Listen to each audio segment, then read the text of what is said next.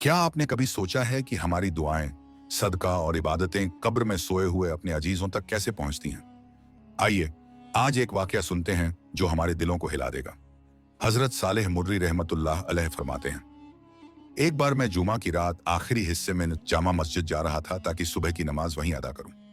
रास्ते में एक कब्रिस्तान था, तो मैं वहां एक कब्र के पास बैठ गया। थोड़ी ही देर में मेरी आंख लग गई और मैंने एक अजीब ख्वाब देखा। मैंने देखा कि सारी कब्रें खुल गई हैं और उनमें से मुर्दे बाहर निकल आए हैं। सब आपस में हंस बोल रहे थे, खुश नजर आ रहे थे। उनमें एक नौजवान भी था, लेकिन उसके कपड़े मैले थे, चेहरा गमगीन था और वह अकेला एक तरफ बैठ गया। इतने में आसमान से फरिश्ते उतरे, हाथों में नूर से भरे हुए थाल थे। हर एक मुर्दे को एक एक थाल दिया गया और सब खुश होकर अपनी अपनी कब्र में लौट गए। लेकिन वह नौजवान खाली हाथ अपनी कब्र की तरफ लौट रहा था। मैंने उससे पूछा, तुम उदास क्यों हो? तुम्हें थाल क्यों नहीं मिला?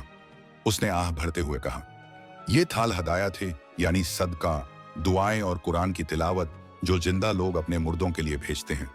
लेकिन मेरे लिए कोई नहीं भेजता। मेरी सिर्फ एक माँ है, लेकिन उसने दूसरी शादी कर ली है और अपनी दुनिया में मशगूल हो गई है। मुझे कभी याद ही नहीं करती। सुबह जब मैं उठा तो उस माँ का पता पूछा और जाकर उसे यह पूरा ख्वाब सुनाया।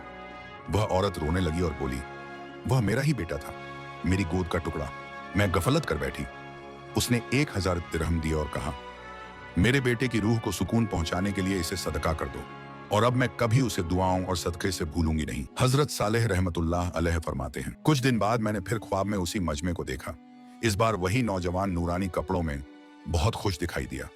वह मेरी तरफ दौड़कर आया और कहने लगा, सालेह, अल्लाह ताला तुम्हें जजाए खैर दे, तुम्हारा हदिया मेरे पास पहुंच गया।